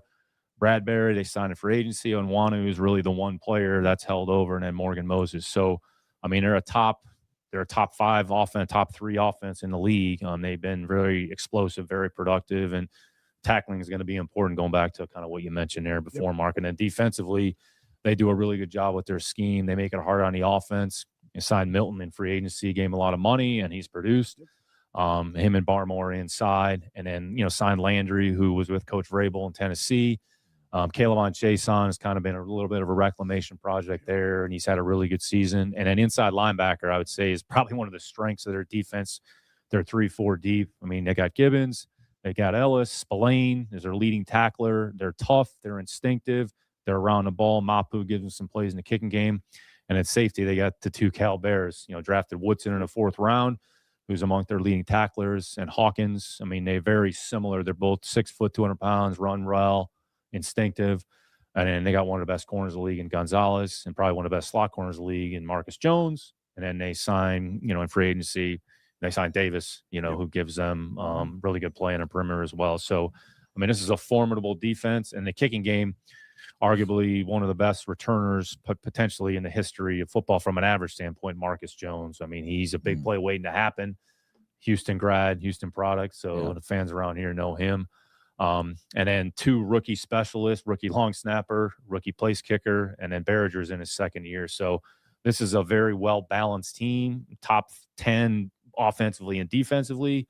Put stress on you in a kicking game. So, I mean, this is a big challenge. And, hopefully we go through the week. We're going to have to prepare and go up there to play our best football game against a really good team. Is this the... All right. Let's see. I do off-season streams. I do it once a week. I want to start doing it more, but I'm football 24/7, bro. Oh, shit. Let's see here. I found a couple more here before we go that are relevant. Kind of help formulate some last ideas. I mean, there's some stuff about Barmore and Milton Williams having really high pressure rate, like one of the best pressure rate from interior in the league. So that's going to be tough, the pass rush, but I think we can run the ball in the interior, which was going to be a huge key for us. But then it talks about the Patriots blitz on 27.6% of opposing dropbacks, 14th lowest during the regular season. However, from their week 14 bye through the wild card round, the Patriots have nearly doubled their blitz rate to 41.5% compared to 24.4% the first 13 weeks, and generated 48% pressure on the blitzes in the regular season, 5th highest, and then not a lot of pressure when not blitzing. So they've been blitzing more. And I know, like, we get all freaked out, but like the games without Nico was San Francisco and Denver, right? Or for sure it was San Francisco. I know, and they blitzed the crap out of us, and we did good. Like, when the receivers are all there and you got the hots and spread it out, like, so it can be a good, effective, quick passing game if they try and blitz us, which they may try and do. They've seen, I'm sure they've seen on tape, some issues with that. So it'll be interesting to see what they do there. But then, it talks about a lot of zone, 70%, and then they did the same thing. So a lot of this, these blitzes are coming out of zone looks as well. I think there was, it talks about Titus. He projects the matchup against the interior, and Titus did well at left guard last week as far as pressure rate goes. I think that was pretty much most of the good stuff. But man, that was fun. That was a good little bonus episode. And I appreciate all you guys, even, Sins friendly, the Chargers fan or the Patriots fan who is very confident, very cocky. Surely that won't backfire for him, coming in here and beating his chest. But should be a good game. It's a game that I think the Texans can and should win. Very similar teams, good defense. Obviously, Patriots really good offense, but I do think a lot of those stats are, puffed up by the schedule. That's not me being a hater or trying to like talk crap. That's just what I believe, but that's not to say that they aren't good. I'm just saying, like, the stats are, that's definitely a reflection of that. But I think, the experience helps the Texans. Drake May going against a really good defense. I think, we'll run a lot of cover one and mix in some exotics with some, simulated pressures or maybe some, unique pressures. Weather, snow, like, to me, I think we're built for that. Like, D'Amico has been building this boring team where we run the ball, play defense, physical team. Like, the O-line is actually getting physical. I mean, you look at ever since you moved Titus to left guard, now your left guard's legit, and he's a big MFer. Ursery's a big MFer. Andrews, he's not, but he's, decent. Ingram is a mauler in the run game, not the best in the pass game, so that'll be something to watch there, him and pass blocking. but Trent Brown is just a monster out there. So, you know, it'll be a fun game. I could see it going like every Texans game where it's, you know, a low scoring, you know, field position battle. But yeah, and so that'll be the key is get some turnovers. You're going to get your chances to get to May. You need to get some strip sacks, maybe force some picks. But I'm just trying to think of like, you know, some key performances I could see happening. I think Petrie have another big game. But no, I'm not worried about the snow. I think it helps the Texans overall, honestly. And yeah, that's all I got, fellas. I appreciate you guys. As always, follow me everywhere. Check out the website, HoustonStressans.com. And yeah, well, I'll see y'all online and try and post some more content to get us through to kick off to Sunday at 2. And until next time, we blessin'.